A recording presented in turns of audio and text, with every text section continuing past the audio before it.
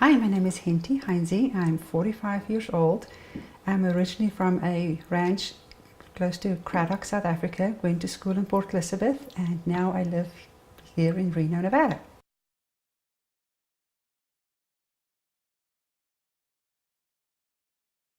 I went to school at the University of Port Elizabeth in South Africa. It's now called the Nelson Mandela Metropolitan University. I got my law degree, and I went on a scholarship through a bank in South Africa called Landbank, which was the bank that the farmers would use, and it's owned by the government of South Africa. So I got my scholarship from there with the agreement that after I graduate, I will go work wherever they place me, whichever bank in the country they would like me to work at. In 1993, when the big elections in South Africa happened, they changed to where they placed all white females in what was called then the townships, the black neighborhoods. And I was just, because of previous experiences, I was very uncomfortable with that. And at the time, there was a group at our school that came around to say that we can come work at a resort in America, and then they will extend our visitor visa after that so we can travel. At the time, in 1993, it was very difficult for young South Africans to actually get a visa if you're not very wealthy to travel abroad. And so this was a great opportunity for me. At the time, it was a J1 visa. I guess it's still called the same, student work visa. I worked at Sugar Bowl Ski Resort up in Lake Tahoe, which was just absolutely great. I came from the desert and the beach, and I went to work in the mountains. And at the end of that year, I actually met a guy that became my husband later on. So I traveled throughout the summer, traveled in Europe quite a bit, and then I came back to visit the friends that I made up here, and I saw my now husband again. We got engaged, and this is kind of where it get a little bit tricky. But we got engaged, got married here in America, and then we left to have another wedding, traditional wedding in South Africa as well. The whole process of actually getting back to America was quite interesting and complicated.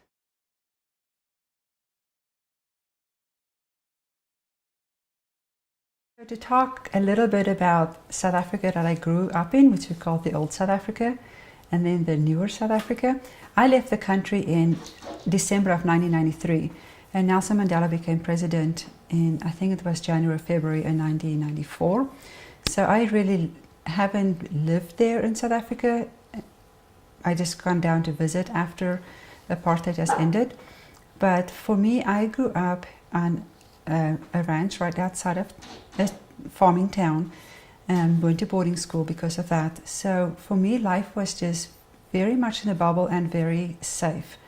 We had uprisings, which was pretty popular. The town that I grew up in was called Cradock, and that's actually where Nelson Mandela grew up as a child. So the ANC was very active in our town.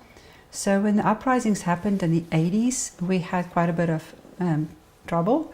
We actually, we had to, from our ranch into town, we have to drive right next to the township where they live. And there's many times that the roads would be closed because they would be burning tires, or people would be throwing rocks and crazy things like that. But that was very concentrated at just certain times, just like in America, we know there's going to be an uprising and it's good before and it's good after. It's just that bubble of a few days. That was the only really danger that I knew as a kid. We never had to lock our houses. We could leave our stuff outside. My best friends over weekends and vacations and holidays were the workers on the farm, which were all black people, and their kids were my friends. And those are if I look back at my photo albums, all my birthday parties were sitting around a table with me, my two sisters, and all the other workers' kids on the ranch. So it was just a very harmonious life. We all came to our house for Christmas, and we took care of every new baby that was born. And anybody was sick, they'll come to the house, and my mom will make sure they get to the doctor or get their medicine. So When I came to America much later and I hear all the crazy things and bad things about apartheid, it doesn't really make sense to me, because they were our friends and it was kind of like an extended family of ours. We knew everything about them and we would help each other out. Well, I think the poison came probably from the outside and not really from the people themselves. Going in high school, let me back up. In high school, outside people would come into our town and started to make trouble. One time I got attacked just coming from the sports fields back to boarding school, and I actually had commandos, which is kind of like the National Guard in America, protection for about 2 weeks because of that. But that again was very isolated, and it was a gang that wasn't from our town but came probably from some big city somewhere. So in college I went to a bilingual college, which was weird because I grew up Afrikaans, which we kind of our own people and we speak our own language, we have our own culture, and we even to a certain extent listen to our music, but almost maybe have our own foods that we eat as well, which means a lot of meat. Going to a bilingual college was kind of strange, because in the old South Africa, in my part of the country, was a very Christian country. So to go to a more liberal university was a big eye-opener. It was not just bilingual, it was also biracial, which was very different, because our schools when I was growing up as a kid, sorry, I'm bouncing back and forth as I'm remembering things, but as a kid we had three main schools in town. We had the white people school, then we had the black people school, and then we had the colored school. And the colored people would speak Afrikaans just like us did. And I don't know if they biracial. They've been coming from the Hottentotte and the Bushmen, so they have their own little culture as well. So, but then we all had our separate schools. We played sport in our separate leagues. We didn't really cross over at all. And then going to college, where we were all together in the dorms and together in class, was a big awakening and growing up fast and learning new things. But once again, there was no trouble. I don't know of any hatred. The first taste that I got from any animosity towards me was when I ran for student council in my senior year, and I got the question of affirmative action. And that was and people were kind of attacking me, and that was the first taste that I even got that we are supposed to not like each other, which is bizarre looking back, because this was only in 1993 or 1992, and it doesn't seem that far back, but things have changed so dramatically. So in the end of 1993, I graduated, I came to the United States, and then I traveled extensively in Europe and the Middle East.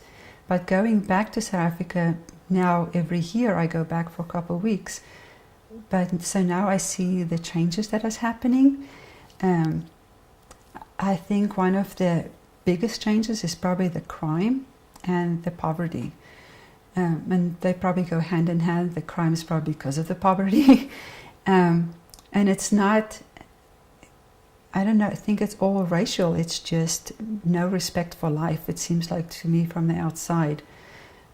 Because of the poverty and shortage of work, there's just people that steal a lot. And down in the Eastern Cape, where I'm from, the drug problems and alcoholism is just deteriorating the people, which is very, very sad, because a lot of stuff that they do just doesn't make sense.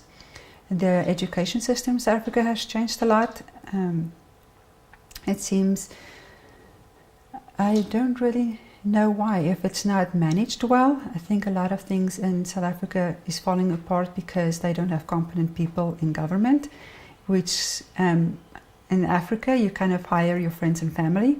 So if you're not competent in the highest position, you're going to hire incompetent friends and family below you, and it just kind of trickles down like that to the local level.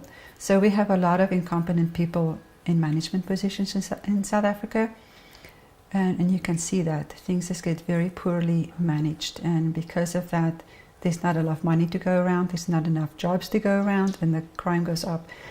So now when I go back home to my parents' house, they live in a coastal town, and we can't even go outside of sunlight hours to go walk on the beach because it's just not safe. And it's not because you walk on the beach with money or with cell phones or anything like that that they want to steal. There's just, I'm going to hurt you because I can. There's just no respect of life. I think what's good about the New South Africa is because after apartheid ended, we got welcomed in the international level for sports. So for athletes, and I'm an athlete, it's awesome because we can compete in the World Cup for rugby, we can compete at the Olympic Games, we could always compete in a lot of the larger tennis games, but we can compete on every level for sports right now internationally, which is great. A lot of South Africans way back tried to immigrate to other countries so they can compete on an international level. Other than that, I think sports, probably soccer and rugby, is still the two sports that really keep South Africa together. Doesn't matter which race you are. And that kind of happened with Mandela's genius that first year in 1995 when the World Cup came to South Africa for rugby. And he knew how to use that to unite the country and not have a civil war on his hands like they have in changing of governments in the rest of Africa, which I think a lot of us can learn a lot from what we can do for sports or with sports. Other than that, for the music industry, I think it's really good. Even the Afrikaans music in South Africa got on the map because because of technology and being welcomed in other countries has changed a lot for them as well. I'm not sure initially because they opened imports and exports, it was good for the farmers. But since in the last 10-12 years, the foreign government has infiltrated the South African government, and which really hurts the farmers because it's kind of a pay-to-play thing now with foreign governors and countries that makes that South African farmers' products doesn't have any value. So I think the big thing that bothers me now that I go home is just how sad it is when things are falling apart. And the smaller rural towns have completely deteriorated and that's the same in America. It's not just Africa. It's just the way life goes with technology, and everybody wants to go to big jobs and big schools.